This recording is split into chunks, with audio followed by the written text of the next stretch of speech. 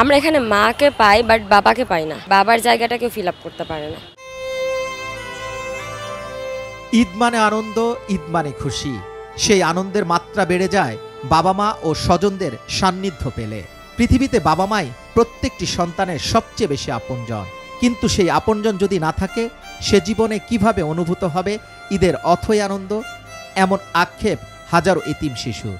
একটু খারাপ লাগে, আমরা এখানে মাকে পাই বাট বাবাকে পাই না। বলতে ছোটবেলায় তো আর কষ্ট অনুভব করা যায় না সেরকম ভাবে, বড় হলে তো সব কষ্ট অনুভব করা যায়, সবকিছু বুঝি।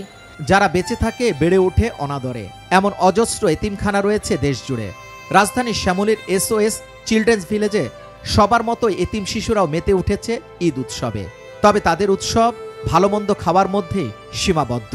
কেউ কেউ পেয়েছেন নতুন জামা, আবার অনেকে পাননি। এই যে এবার ঈদে কি কি নিয়েছো? পাঞ্জাবি, পায়জামা, টুপি, সিন্ডিগঞ্জি আর জুতা। কেমন লাগছে? অনেক ভালো লাগছে। বাবা মা ছাড়া ঈদ কেমন যাচ্ছে জানতে চাইলে সানজিদা ম্লান মুখে জানান, মা নেই, বাবা আছে।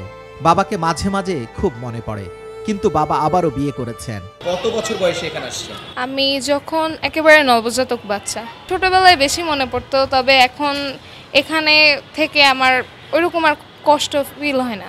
অবশ্যই ভালোই হতো যদি আমি আমার নিজের বাবা মায়ের সাথে থাকতাম। সানজিদার মতো বাবা মা ছাড়া ঈদ করেন চিলড্রেন্স ভিলেজে থাকা 110 জন শিশু। এদের কারো মা নেই, কারো বাবা নেই। এদের মধ্যে কারো কারো অভিভাবক এসে নিয়ে গেলেও অনেকের ভাগ্যে জুটে না বাড়ি গিয়ে ঈদ করা। দুইজন আমার নাতিন খারাপ, বাবা মারা গেছেন, মা অসুস্থ, মাদ্রাসায় ভর্তি হয়েছি হারি। আমার দেশে নিতাম, ঈদের ছুটি হয়েছে। চিলড্রেন্স ভিলেজের 4 দেয়ালেই থাকেন 8 বছর বয়সী শিহাব। তার গ্রামের বাড়ি রংপুরের পীরগঞ্জে। মাত্র 4 মাস বয়সে মা মারা যান। তার কয়েক মাস পর বাবা চলে যান পরপারে। এরপর রাজধানীর শ্যামলীর চিলড্রেন্স ভিলেজ পরিবারে শিহাবকে ভর্তি করান স্বজনরা। এখানে যে মা বাবার কাছে থাকাও একটু ভালো হতো। যে মা বাবা থাকতো, ওদের সঙ্গে গরুর মাংস খেতে পারতাম, তখন অনেক ভালো হতো, পরিবারের সঙ্গে খেতে পারতাম। এখানে যে আরও অনেকে আমার ভাই বোন আছে, ওদের সঙ্গে অনেক মজা করি, তার জন্য আর মন খারাপ হয় না।